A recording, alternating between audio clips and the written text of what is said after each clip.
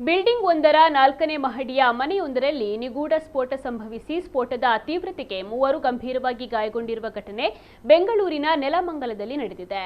ಗಂಭೀರವಾಗಿ ಗಾಯಗೊಂಡವರನ್ನ ಅಭಿನಂದನ್ ಶರ್ಮಾ, ಅಭಿಷೇಕ್ ಶರ್ಮಾ ಹಾಗೂ ರಾಮ್ ಭಚನ್ ಶರ್ಮಾ ಎಂದು ಗುರುತಿಸಲಾಗಿದೆ. ಈ ಮೂವರು ಉತ್ತರ ಪ್ರದೇಶ ಮೂಲದ ಕಾರ್ಮಿಕರು ಎಂದು ತಿಳಿದು ಬಂದಿದೆ. ಮೇಲ್ನೋಟಕ್ಕೆ ಅಡುಗೆ ಅನಿಲ ಸೋರಿಕೆಯಾಗಿ ಸ್ಫೋಟ ಸಂಭವಿಸಿರುವ ಶಂಕೆ ವ್ಯಕ್ತವಾಗಿದೆ. ಸ್ಥಳಕ್ಕೆ ಪೊಲೀಸರು ಭೇಟಿ ನೀಡಿ ಪರಿಶೀಲನೆಯನ್ನ ನಡೆಸಿದ್ದಾರೆ.